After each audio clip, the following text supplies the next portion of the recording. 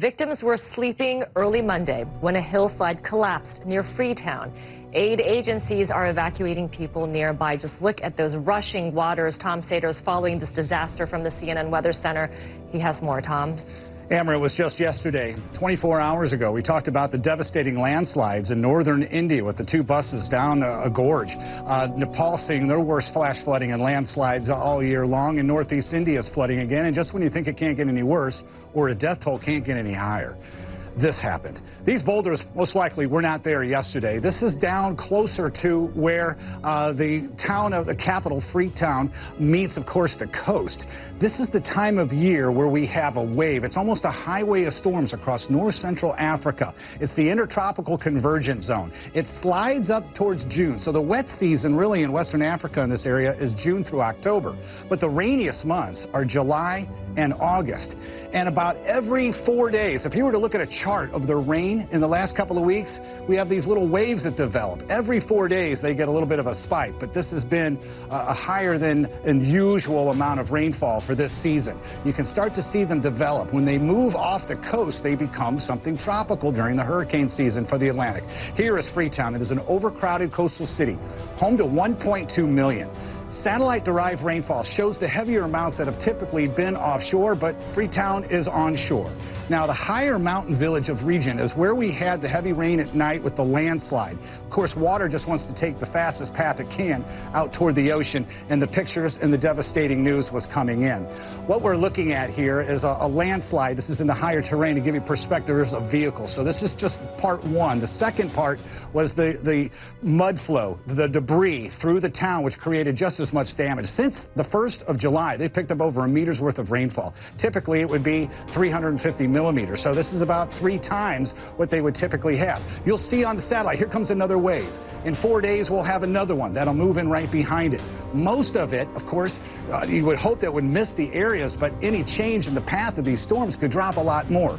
We are looking at our forecast models to keep heavier amounts, but still 50 to 100 millimeters could move into this area. Then we'll watch it develop as a wave, just like Tropical Storm Gert did as it came off the coast of Africa. So again, when you have 600 believed to be missing, you know the death toll is going to rise. Already in the hospital and the mortuaries are packed and overcrowded, but they have rescued over 71.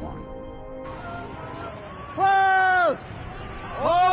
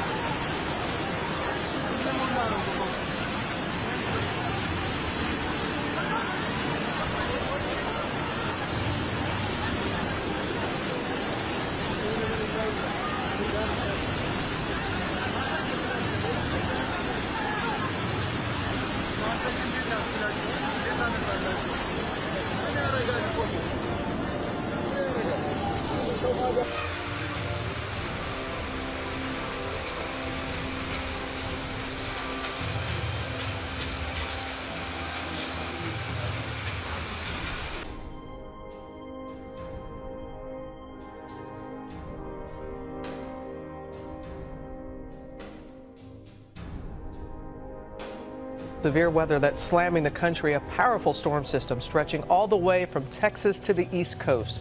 Flash floods down south this morning, and that possible tornado destroying buildings and cars in Maryland. ABC's Stephanie Ramos is on the scene in Salisbury for us. Good morning, Stephanie. Robin, good morning. The intense winds caused a path of destruction here in Salisbury, blasting a hole through this building here, leaving cinder blocks and debris scattered on the ground, and the storms aren't over yet. Lightning, fires and floods. In Maryland, a possible tornado touching down. It sounded like bulls were running across the roof. The violent winds sending vehicles flying, damaging homes and crumbling buildings. Security footage even showing one car flipping across a parking lot.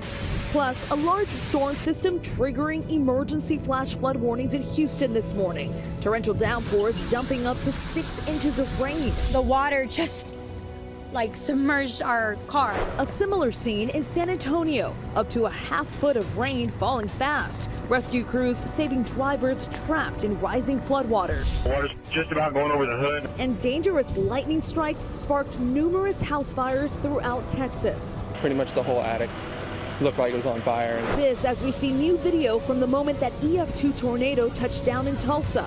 Oh my goodness. It was just black and everything exploded. The family that shot this cell phone video says they didn't have time to escape the powerful twister. They all get away from the window. Next thing you know, the tornado's down and we're underneath the debris. Thankfully, no one was seriously injured here in Salisbury, but the mayor tells me it'll take some time for families and businesses to recover from the damage. Robin. Thinking of everybody there, Stephanie. Thank you. And now let's go to Ginger for more on the flash flooding threat. Millions on alert, Ginger. And more than a dozen water rescues already performed this morning in Houston. You can see some of the images coming out. New numbers now indicate more than 8 inches of rain has fallen in the last 24 hours. 6 of it came in just 6 hours, from about midnight till 6 a.m. So this is all from a stationary front, and it's still going. The flash flood warning still in place near Houston there. Mississippi back through Arkansas. That stationary front doesn't move a lot. It bubbles around, and that means you're going to see more rain. So Birmingham, Alabama, back through central Mississippi, even central Georgia, including Atlanta. A lot of rain today. George. Okay, Ginger, thanks. Hi, everyone. George Stephanopoulos here. Thanks for checking out the ABC News YouTube channel. If you'd like to get more videos, show highlights, and watch live event coverage, click on the right over here to subscribe to our channel. And don't forget to download the ABC News app for breaking news alerts. Thanks for watching.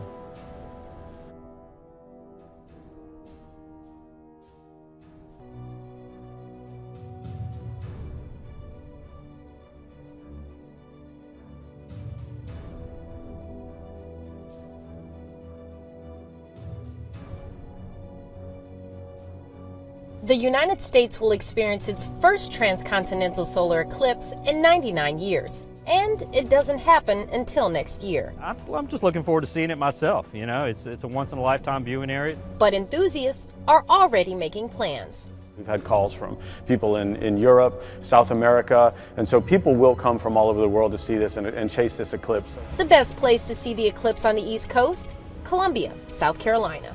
Anyone within a 100-mile radius of the city will experience 2.5 minutes of pure darkness in the middle of the afternoon.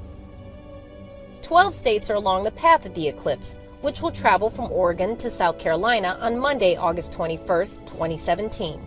Citywide, there's a massive effort to have all kinds of events throughout the Midlands of South Carolina so that people will have options, places to view them, things to do. Which means a major boost in spending, from dining in restaurants to visiting museums and weekend stays at hotels. I'd say 75 to 80 rooms are booked up right now this time. That's 80 out of 130 rooms, a year in advance.